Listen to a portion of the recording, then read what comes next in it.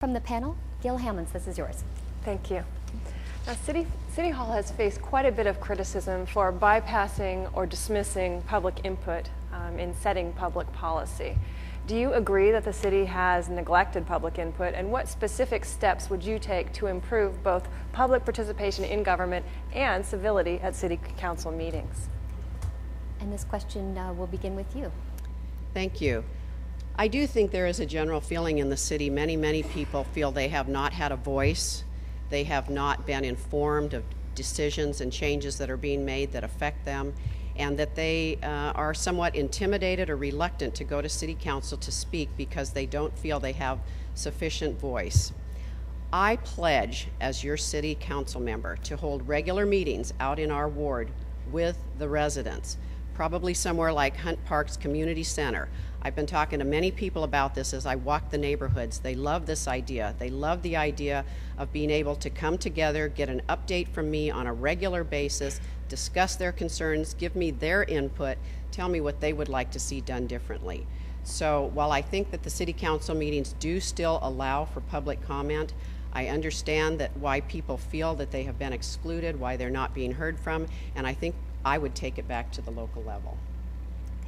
Thank you. Mr. Well, McCarthy. first of all, having community meetings is a first step. But ladies and gentlemen, if you really want to understand Ward 5, you got to get out and knock on doors, and you got to sit at folks' kitchen tables and sit in their living rooms. A lot of individuals are basically afraid to come out to public meetings, but they want their voice to be heard. And I think it is very important that we have a council member that's going to be there to return their phone calls, that is going to be there on time to address their issues. The other thing is, we need to encourage more of our residents to come down to the city council chambers. But I would like to have some of these people, some of these individuals, not only propose what they want done, but I want to be able to work with them for a solution.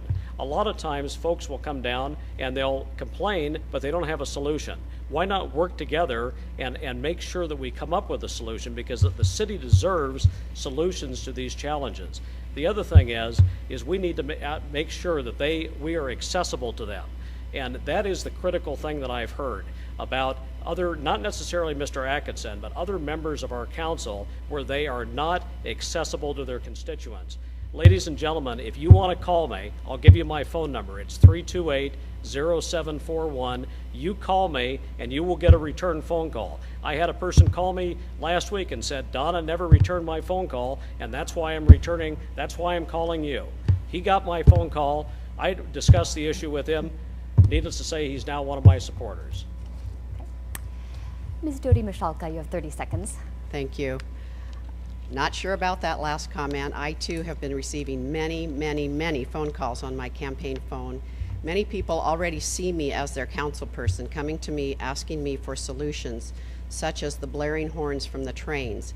I was happy to be able to research that and find that there is a great solution on the rise. City Council has already taken the first step to make sure that we can do the design studies to implement 2 solutions to this particular problem. I've had other questions as well. I make a great effort to return all my calls within 24 hours, and I've been very pleased that as a result, people have called me out of the blue, complete strangers, asking for yard signs for themselves and their neighbors. Thank you. Thank you. You have 30 seconds. Well, unfortunately, the person that Donna failed to call was the person that told me about the Placentia Quiet Zone plan that we just adopted this week. So I think it's important to make sure you return your phone calls.